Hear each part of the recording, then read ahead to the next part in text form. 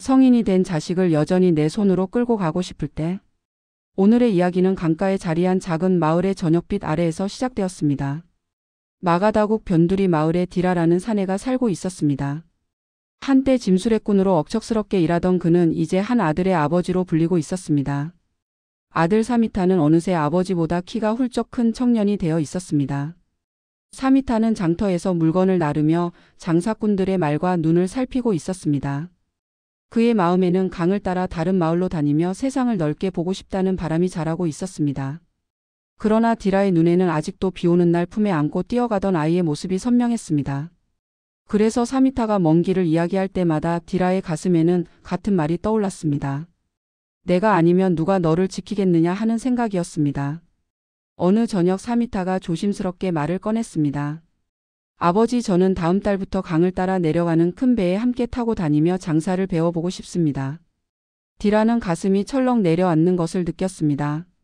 입에서는 생각보다 훨씬 거친 말이 튀어나왔습니다. 그런 소리는 집어치워라. 여기 장터에서만 일해도 배불리 먹고 산다. 세상은 내가 아는 것보다 훨씬 험하다. 사미타는 입술을 깨물며 대답했습니다. 그래서 저는 더 배우고 싶습니다. 아버지가 버텨오신 길을 제가 조금 넓혀보고 싶습니다. 공손한 말이었지만 디라의 귀에는 다른 소리로 들렸습니다. 마치 내가 걸어온 길은 좁았다고 말하는 것처럼 들렸습니다. 디라의 마음속에서는 서운함과 분노가 한꺼번에 올라왔습니다. 내가 너를 위해 얼마나 버티며 살아왔는데 이제 와서 내 멋대로 하겠다는 것이냐. 말을 쏟아낸 뒤에야 디라는 자신의 목소리가 얼마나 거칠었은지 깨달았습니다. 사미타의 얼굴에는 상한 빛이 스쳤습니다. 그날 밤 디라는 좀처럼 잠이 오지 않았습니다. 아들을 지키고 싶다는 마음과 버려질 것 같은 두려움이 한 줄에 엉켜 있었습니다. 며칠 뒤 마을에는 소문이 돌았습니다. 강가 숲 근처에 머무르시던 부처님이 사람들의 이야기를 들으신다는 소식이었습니다. 디라는 해가 기울 무렵 강가 쪽 숲길을 향해 천천히 걸음을 옮겼습니다. 강가에는 작은 배들이 줄에 묶인 채 잔잔한 물결 위에 떠 있었습니다.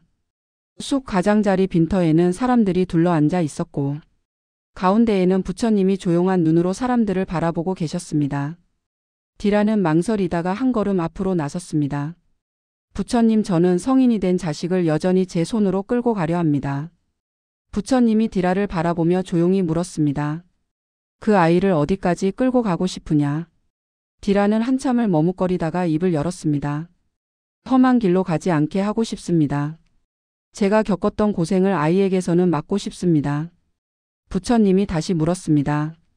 그 길이 너에게는 어떤 길이었느냐? 디라는 강물을 내려다 보았습니다. 힘들었지만 저는 그 길에서 배웠습니다. 다치기도 했지만 그 덕분에 지금의 제가 되었습니다. 부처님의 입가에 잔잔한 미소가 번졌습니다. 강가에 묶여있는 작은 배를 보았느냐? 물을 두려워하는 이는 줄을 더 세게 동여매면 안전하다고 믿는다.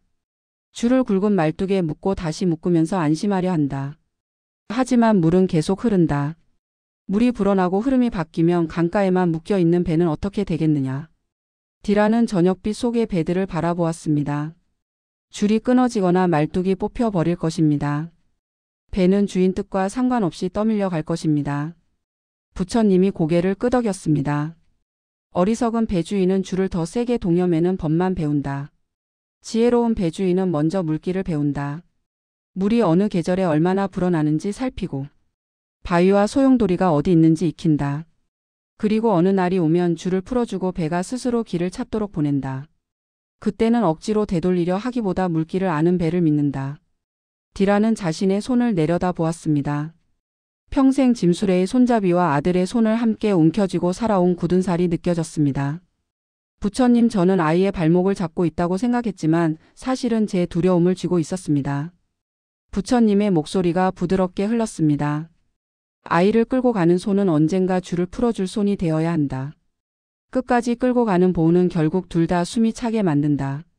함께 물길을 살피는 보호는 아이에게는 길을 배우는 시간이 되고 너에게는 손을 조금씩 펴보는 공부가 된다. 오늘 밤 너는 줄을 당기려 하지 말고 내 손가락에 들어간 힘만 살펴보아라. 디라는 조용히 눈을 감았습니다. 손가락 끝이 서서히 풀리는 듯 했습니다. 그는 마음속으로 중얼거렸습니다. 언젠가 줄을 풀어주기 위해 오늘은 함께 물길을 배우는 날이라고 말이었습니다. 집으로 돌아온 디라는 등잔불 곁에 앉아 사미타를 불렀습니다. 사미타야, 강을 따라 내려가는 배 이야기를 다시 해보자. 나는 내 발을 묶는 줄이 되지 않으려 한다. 대신 내가 아는 물길을 먼저 들려주고 싶다. 사미타는 놀란 얼굴로 아버지를 바라보았습니다. 아버지, 저는 아버지가 두려워하시는 것도 함께 배우고 싶습니다. 서두르지 않고 같이 준비하겠습니다. 그 말에 디라의 가슴은 서늘한 두려움 대신 잔잔한 온기로 채워졌습니다. 오늘의 이야기는 이제 조용히 가슴 한켠에 내려놓겠습니다. 혹시 지금 이 이야기를 들으시며 여전히 자녀의 손을 꼭 쥐고 있어야만 안심되는 마음이 올라오신다면 그 마음도 그대로 인정해 주셔도 좋습니다. 오늘 밤만큼은 줄을 더 세게 당기려 하기보다 내 손가락에 들어가 있는 힘을 한번 살펴보듯 조용히 숨을 바라보아 주시면 좋겠습니다. 그렇게 부모와 자식 모두에게 조금 더 숨 쉴 틈이 열리는 저녁이 되기를 바랍니다.